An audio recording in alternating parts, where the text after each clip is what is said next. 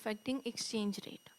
कौन कौन से फैक्टर्स होते हैं जो कि एक्सचेंज रेट को इफ़ेक्ट करते हैं, यानी वो करेंसी की डिमांड और सप्लाई को इफ़ेक्ट करते हैं और अल्टीमेटली एक्सचेंज रेट जो है उन करेंसीज़ का इफ़ेक्ट होता है। एक्सचेंज रेट के साथ होता क्या है कि अगर कंट्री का बिजनेस जो है वो अच्छा है तो इसका मतलब competitiveness of that currency product जो है वो अच्छी है, वो ज़्यादा है। और अगर वो कंपेटिटिव ज़्यादा है तो अदर कंट्री की प्रोडक्ट की निस्बत उसकी डिमांड जो है वो ज़्यादा होगी। और जब demand of the product increase करेगी तो ऑफ कोर्स उसके जो जितने भी बायर्स हैं वो ज़्यादा विलिंग होंगे उसको परचेज़ करने के लिए। और उस परचेज विलिंगनेस में प्राइस जो है उस प्रोडक्ट की वो इंक्रीज़ होती जाएगी, यानी अप्रिशिएट होती जाएगी। अब जब करेंसी के इंटरनेशनल कॉन्टेक्स्ट में डिस्कस करेंगे तो आपकी प्रोडक्ट कंट्री की जब भी कंपेटिटिव होगी तो अदर कंट्रीज़ उस प्रोडक्ट को परचेज करने के लिए विलिंग होंगी। और जब अदर कंट्रीज़ विलिंग होंगी आपकी प्रोडक्ट को परचेज करने के लिए तो आपकी एक्सपोर्ट्स इंक्रीज़ होंगी, क्योंकि आपसे फॉर एग्जांपल पाकिस्तान में कपड़ा बहुत अच्छा है तो आपकी जो कॉटन मार्केट है वो बहुत ज़्यादा ग्रो करती है। अब जब आपका फैब्रिक जो है वो उसकी क्वालिटी अच्छी है तो आप अदर कंट्रीज आपके फैब्रिक को परचेज करना चाहती हैं। जब आप अपना फैब्रिक अदर कंट्रीज़ को सेल करोगे तो एक्सपोर्ट्स आपकी इंक्रीज़ हो जाएंगी, क्योंकि आपका fabric out of the country move कर रहे हैं तो आपकी एक्सपोर्ट्स इंक्रीज़ हो जाएंगी। और जब भी आपकी competitiveness of the product increase करती है और उसकी डिमांड बढ़ती है तो अदर कंट्रीज़ विलिंग होती हैं आपकी प्रोडक्ट को बाय करने के लिए, तो आपकी एक्सपोर्ट्स जो हैं वो इंक्रीज़ होंगी। और इंटरनेशनल कॉन्टेक्स्ट में जब भी एक्सपोर्ट्स इंक्रीज़ करती हैं आपकी करेंसी जो है वो अप्रिशिएट होती है इन फॉरेन का मार्केट रेट। और अगर आपकी exports in context of imports decrease कर रही हो या कि आपकी इंपोर्ट्स इंक्रीज़ कर रही हो तो फिर आपकी करेंसी जो है वो डेप्रिशिएट होना शुरू हो जाती है।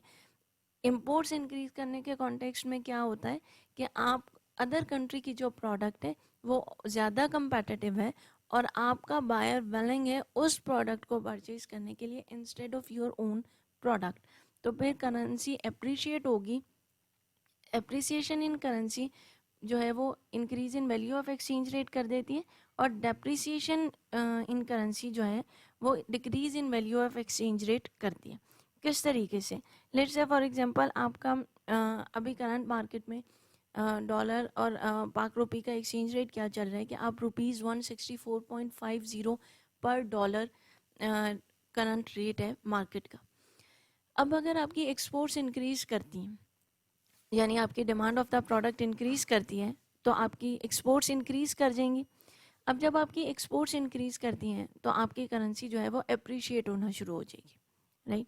अब अगर हम अप्रिसिएशन ऑफ द करेंसी को डिस्कस कर रहे हों तो हमने ये कहा कि हमारे पास करेंसी जो है वो पहले अगर 164.50 में सेल हो रही थी, आपको $1 परचेज करना पड़ रहा था, तो अब 1.62 डॉलर्स में या फिर $163 में रुपीज़ में चेंज करना पड़ेगा।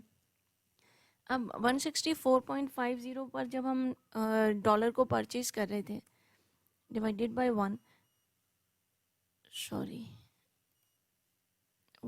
डिवाइडेड बाय 164.50, तो हमारे पास क्या कन्वर्जन रेट क्या आ रहा था अगर हम डॉलर के कॉन्टेक्स्ट में देखें तो $0.0060 पर रुपी हमें पे करना पड़ रहा था, यानी वैल्यू ऑफ द रुपी क्या थी $0.006 और हमारा रेट क्या था 164.50।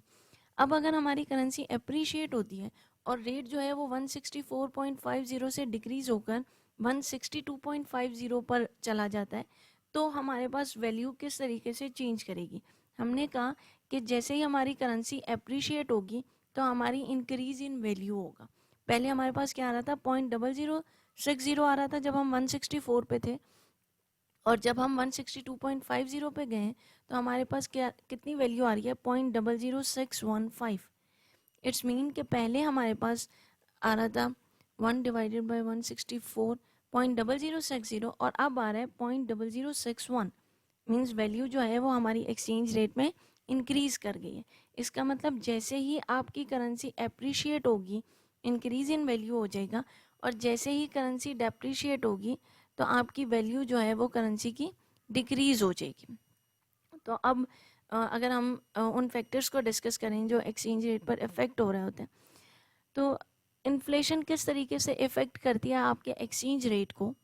जब भी आपकी करेंसी का, अगर से फॉर एग्जांपल पाकिस्तान का कॉन्टेक्स्ट डिस्कस करें, तो इन्फ्लेशन इन पाकिस्तान से फॉर एग्जांपल लोअर है, तो पाकिस्तान की एक्सपोर्ट्स बिकम मोर competitive हो जाएंगी, and then will be an increase in demand for rupees, and this will increase the currency rate, क्योंकि उस डिमांड ने हमारी एक्सपोर्ट्स को इंक्रीज़ किया, और एक्सपोर्ट्स के इंक्रीज़ की वजह से हमारी करेंसी जो है वो अप्रिशिएट होना शुरू हो जाएगी, और उसकी अप्रिसिएशन की वजह से वैल्यू ऑफ द करेंसी जो है वो इंक्रीज़ होना शुरू हो जाएगी।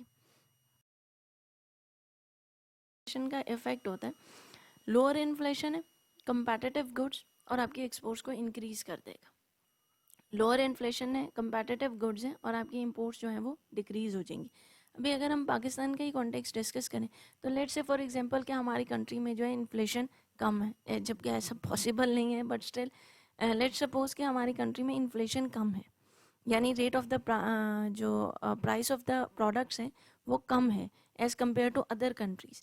जब आपकी प्रोडक्ट की प्राइस कम है उस प्राइस से जो कि अदर कंट्री में प्रिवेल कर रही है, तो other country will be willing to buy your product instead of their own. Reason being कि आपके पास कम रेट में चार्ज हो रही है और उनके पास ज़्यादा पे, तो वो आपकी प्रोडक्ट को परचेज करेंगे, और ऑटोमेटिकली आपकी एक्सपोर्ट्स जो है वो इंक्रीज़ हो जाएंगी।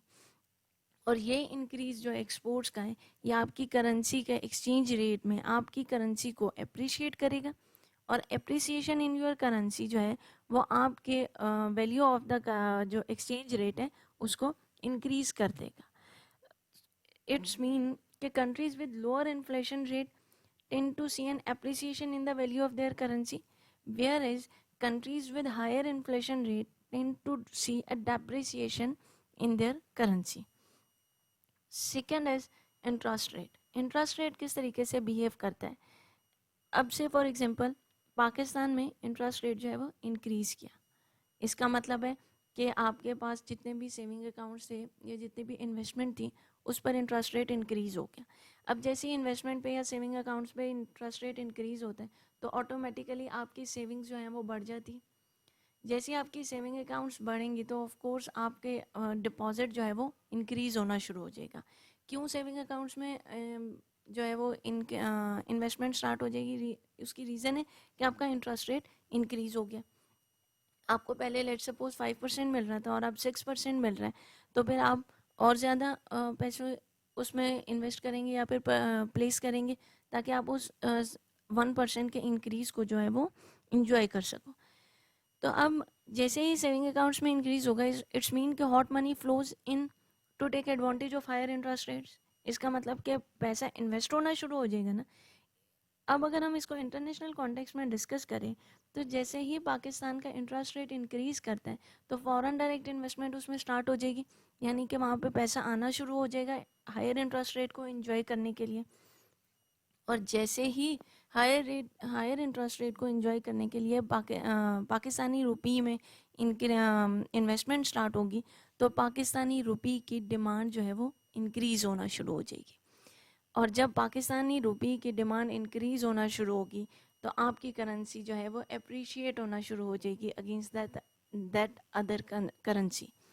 इसका मतलब कि increase in your interest rate आपकी इन्वेस्टमेंट और आपके सेविंग अकाउंट्स में जो है वो डिपॉजिट को इंक्रीज़ करेगा।